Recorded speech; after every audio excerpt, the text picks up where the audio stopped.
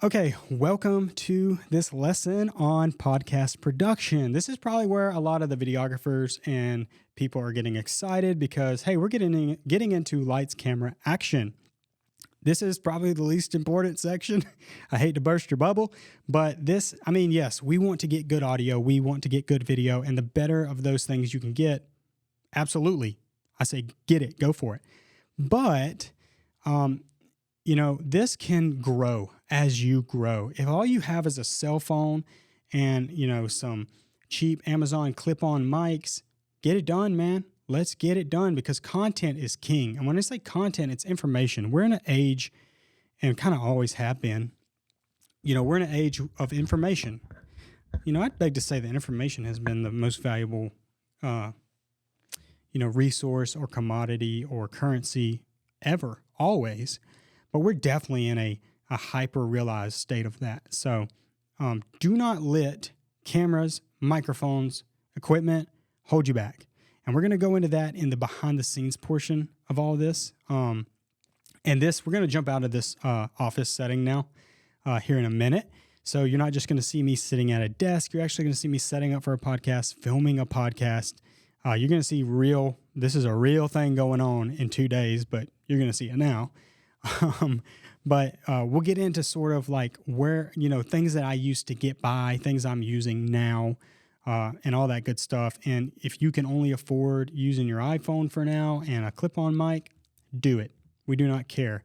Look at Joe Rogan's podcast, by the way. Some of those early episodes, maybe the first ones, he was filming on his webcam on his little Windows computer.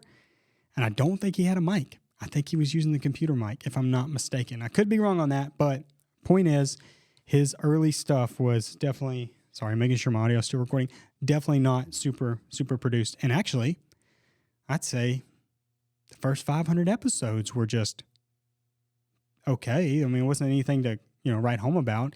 And he's still not using like crazy cinema cameras or anything. He's just got cameras that are good enough. I mean, most people listen to audio anyways. So that's the podcast side of things, but things you will need. Okay, let's go through these things, and then we'll sort of I'll give some takes on specific equipment that I'm using. May be of interest of you, may not. If you only have the iPhone, some of this ain't gonna matter. But cameras and lighting. So cameras are what turn a podcast into a visual experience and significantly expand where the content can live. Okay, remember those reels that we talked about in that section back there? That was probably the most important one. Without the cameras, you kind of lose out on that. Unfortunately, while audio only podcasts still have value, video podcasts perform better across platforms like YouTube, social media, and websites because people connect more deeply when they can see faces. That's 100% true. Reactions and body language. Cameras allow you to capture professional-looking long-term videos, pull high-quality clips from short content, and present the podcast in a way that feels polished and credible. Whether you are using cinema cameras, mirrorless cameras, or even high-quality webcams or cell phones, consistent framing and reliable image quality is essential. Now, again, I'm going to say this again, and this is coming from a video film guy, and I make documentaries for a living too. Like, podcast has become my job. I make documentaries and high-quality videos for a living. The cameras are the least of your worries right now. You need to focus on just consistency and getting your content out there. Lighting goes along with the cameras. A lot of times in our workflow, we'll use one light, one China ball or something that's really going to light up the whole room because we are a traveling company. So we don't have the luxury sometimes of having like lots of lights. We always have lights, but maybe it's not lots of lights. And in certain situations, like with the interior design company that we work for, their showroom is lit so perfectly because they're using it for visual purposes. We barely have to bring any lights, if any, depending on where we're setting up. So lights go along with the camera. It's just part of the image, really. But let's get into sort of the audio stuff, which is more important than the camera, to be honest. So microphones and recording devices. Audio is one of the most important technical elements of any podcast. Listeners are far more forgiving of average video than they are poor sound. Let me read that again for you. Listeners are far more forgiving of average video than they are poor sound. So you could be filming on an iPhone or an old mini DV camera or just a camera that shoots HD, totally fine. But if you have completely terrible audio, it wouldn't matter if you're shooting on that red cinema camera back there. It wouldn't matter. People they don't forgive bad audio. So having good audio is key. A good mic setup makes the conversation feel professional, comfortable, and trustworthy, which keeps listeners engaged and coming back for more. So again, content is king, audio is second, camera's third. Just telling you. And that's why you're here. So the next thing we're going to talk about is sort of some of the supporting gear, like headphones, cables, stands, stuff that, you probably weren't thinking about. You're going to need it. The supporting gear is what holds everything together and makes podcast setup functional and reliable. Mic stands or boom arms keep microphones positioned correctly and reduce handling noise. Cables connect all your equipment to ensure clean, sustainable signal flow. Headphones allow hosts and producers to monitor the audio in real time, so issues can be caught before they ruin the recording. Audio recorders interfaces capture manage the sound quality, providing backups and redundancy when needed. While these items seem minor, they are critical to creating a smooth, stress-free production environment. That's kind of all the supporting stuff that you really don't think about, to be honest. If you're not in this world, like I'm in this world all the time, of course I'm going to think about it.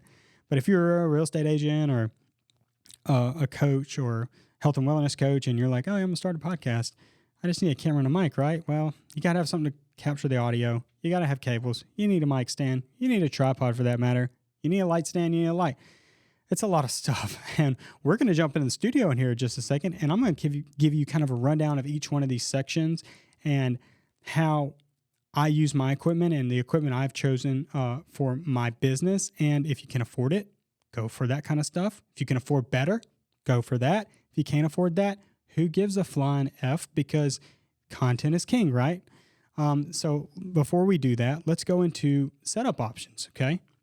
Now, depends obviously on the type of podcast you're doing. If you're doing a talking head, host-only podcast, what we're doing right here is going to work. Camera in front of you, mic here on this little boom arm, and you're pretty much off to the races. But there are some other setups that are very popular and we use a lot. So the circular setup, number one here, is really popular. It's the one we use for our podcast. I've used it for several other clients. This setup places all participants in a circle while a camera positioned in the center, creating an intimate and conversational environment. Now, in this generated image, this is for example only. Like this is not like, the end all be all. There should be multiple cameras there. That's just showing you where a camera could be. Now, you could put a 360 camera. We've actually done that on our podcast. We put the Insta360 there. But this is a lot more editing. You really don't want to deal with that. But basically, your cameras are in the middle, and there's a camera facing each person. It encourages natural interaction between all speakers and works well when no single person is meant to dominate the conversation. This setup also simplifies production by allowing one central camera angle to capture multiple perspectives efficiently. It's a very popular format. If you watch something like, and you can go look this up if you just want an example of this, Butterflies Are Ninjas, I believe it's called. It's a really funny podcast these guys do, and his wife, where they talk about conspiracies and just funny stuff, to be honest. It's kind of their style. It's kind of their format. It's the way that we shoot the Brood Awakening podcast. There's another example you can go look at. Another really popular way to do it is to do a long table with people on each side. And I'm sure you watch plenty of podcasts that are in that format, but the long table setup is ideal for structured discussion and interview style podcast. If your topics are a little more serious, you might want to go with this. With cameras positioned at each end of the table, kind of angling them, keeping cameras out of the frame can be desirable, but it really is not like a requirement. Again, no rules, guys, no rules. It's your show. This layout provides clean sight lines and consistent framing for host and guest. It works especially well for shows with a primary host and multiple guests, panel discussions, or professional environments like business, legal, financial podcast. This setup feels organized and authoritative while still allowing for dynamic conversations and multiple camera angles. Now, like I say, work with what you got. But, there's a million ways to skin this cat. For us, with the Brood Awakening podcast or with most of my clients, we're operating mostly on a 3-camera setup almost every time. Now, we have multiple guests, and let's say I only bring 5 cameras, 4 cameras, and we've got 8 guests. I can start putting 2 people. I can use 1 camera for 2 people. Does that make sense? So get really creative on how you capture this. And it depends on what you're doing. Like I've shot episodes that had like a ton of guests, and it was like kind of a pain in the butt. But it's what the client wanted, so we had to get creative with it. The last one is the one that we do, number 3, is kind of the lounge style setup. And this is the one we do mostly for Karen Wright, Right at Home with Karen Wright. And she has a beautiful little set that she built at her office with 2 pink chairs. And this is kind of how we go with this. The only addition that we have on this, not on this diagram, is I will have a camera in the middle that is capturing a 2-shot of both guests, kind of a wide. And then these 2 are close-ups on each person. So it just gives me, more dynamics when it comes to when I'm editing.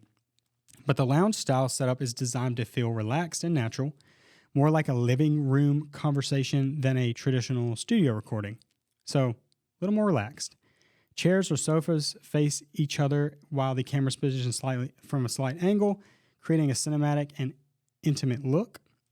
This format is great for storytelling, deep conversations, and relationship-driven podcasts where comfort and authenticity matter. It often produces some of the most engaging visual content because the participants feel at ease, leading to more natural dialogue and emotional connection. And I can definitely vouch for that. I feel like when Karen and her guests are sitting at the, couch flow set, they're really relaxed. Sometimes they get too relaxed and we have to cut stuff out that they just didn't mean to say or really just doesn't have anything to do with the conversation. But, now that I'm looking at it, I would say like this number 3 here is like definitely the more relaxed. Professional is going to be number 2. And then number 1 is kind of reserved for a mixture between the 2.